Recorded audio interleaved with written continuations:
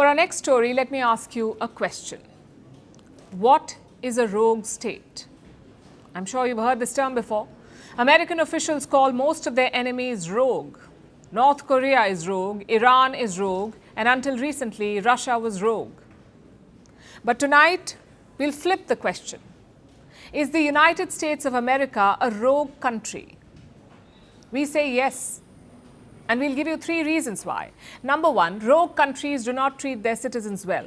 There is no due process, no effective law enforcement, and no value for human life. And we saw precisely that in Minneapolis yesterday. This is a city in northeastern US. President Donald Trump has deployed hundreds of ICE agents there. ICE stands for Immigration and Customs Enforcement. Trump has charged them with capturing and deporting illegal immigrants. But here's the thing. ICE is targeting not just illegal migrants, they're also harassing US citizens, especially citizens of color. As a result, there were major protests in Minneapolis.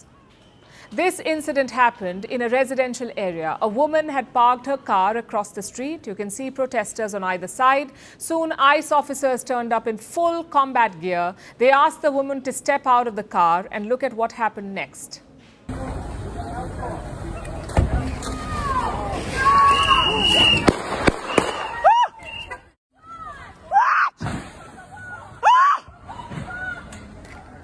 They just shot at somebody. This car crashed. You're criminals! Criminals! What are you doing here? What did you do? They shot and killed her. The victim has been identified as Renee Nicole Good, a US citizen and the mother of a 6-year-old. What was her crime? That she tried to drive away. What's worse, the president is defending this murder. Listen to what Donald Trump said. The woman driving the car was very disorderly, obstructing and resisting, who then violently, willfully and viciously ran over the ICE officer who seems to have shot her in self-defense. He does know there's a video, right? The ICE agent had ample space to jump aside, plus he was not hurt at all. If he wanted to stop the car, why not shoot the tires or maybe track the number plates or inform the local police? The ICE agents did none of that. Instead, they fatally shot an innocent civilian. That too possibly twice, because you can hear 2 gunshots in the video.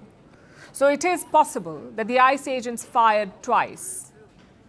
Imagine the brutality. Imagine the sense of impunity. All fueled by the US president himself. And the fact is, this is not a random accident. This was the result of the heavy militarization of ICE. And I have some numbers for you. Trump has allocated $45 billion to expand ICE detention capacity. He has allocated $30 billion to hire new officers. The agency has a target. They must arrest 3,000 illegal migrants every day. So naturally, they are desperate. Trump is also arming ICE agents with drones, armor, and guns. Previously, the focus was on less lethal weapons like rubber pellets and pepper guns. But now the focus is on lethality, and it shows. 32 people died in ICE custody last year. That's the highest in over 2 decades. By December, they had more than 68,000 people in custody. Nearly 75% of these people had no criminal history whatsoever. Plus 14 people were shot last year. Shot, not killed. Does this sound like the land of freedom to you? To us, it sounds like a police state. And that's one reason why the US qualifies as a rogue country. Reason number 2, a detachment from the global community. Rogue states are not active contributors to the world. They do not care about common goals like climate action or preserving cultural symbols. And again, the United States fits the bill. Yesterday, Trump pulled America out of 66 global organizations. 31 of them are United Nations entities. The rest are non-UN.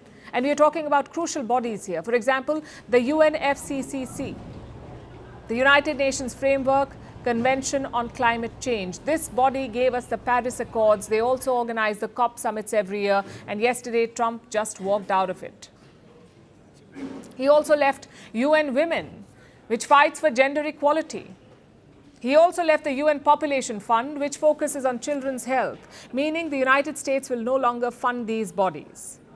And for the record, even North Korea is not part of the Population Fund, and that's a bona fide rogue state. Next is reason number 3. Imperial military tendencies. The US has bombed 7 countries in the last 12 months. They also kidnapped a sitting head of state. But Trump is not done yet. He has threatened Cuba and Colombia with regime changes. He's also asking Denmark to give up Greenland.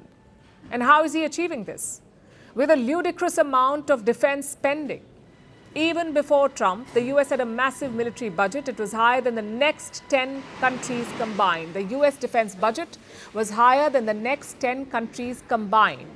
But Trump raised it to more than $900 billion for 2026. You could round it up to $1 trillion. $1 trillion on defense spending, but he's not done yet. Trump has now proposed a $1.5 trillion military budget for 2027. To put that in context, that's more than the GDP of countries like Turkey, Indonesia, Saudi Arabia, Poland, and Switzerland. The spending alone is worrying, but if you add the threats and the bombing, the picture is clear. America is militarizing and expanding, yet nobody is saying the obvious. These are not the actions of a responsible country. This is a rogue state, a state that does not care about lives, livelihood, or laws. And if we normalize this, it may open the floodgates of chaos, violence, and imperialism. The world doesn't fit in boxes, so why should your news?